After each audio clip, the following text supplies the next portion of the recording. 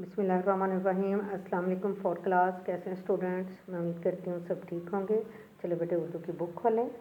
बेटे आज हम पढ़ेंगे सबक नंबर 2, रहमत आलम सल्लल्लाहु अलैहि वसल्लम पर सलाम।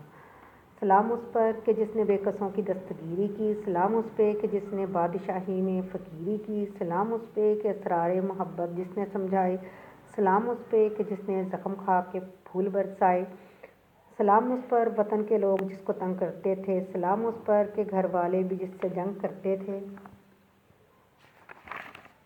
सलाम उस पर कि जिसके घर में चांदी थी न सोना था, सलाम उस पे कि टूटा बोर या जिसका बिछौना था, सलाम उस पर जो सच्चाई की खातिर दुख उठाता था, सलाम उस पर जो भूखा रह के औरों को खिलाता था, सलाम इस पर जो उम्मत के लिए रातों को रोता था, सलाम उस पर जो फर्श खाक पर जाड़े में सोता था, सलाम उस पर कि जिसकी सादगी दर से बसीरत है, सलाम उस पर कि जिसकी ज़ात फ़ख्र आदमियत है।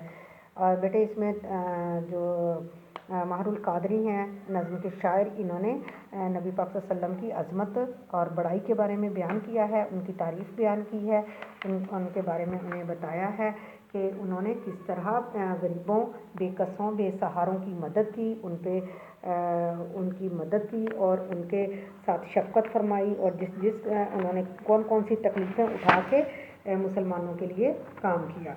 ठीक है, इसको आपने रीडिंग करनी है। और आगे है इमला के अल्फाज।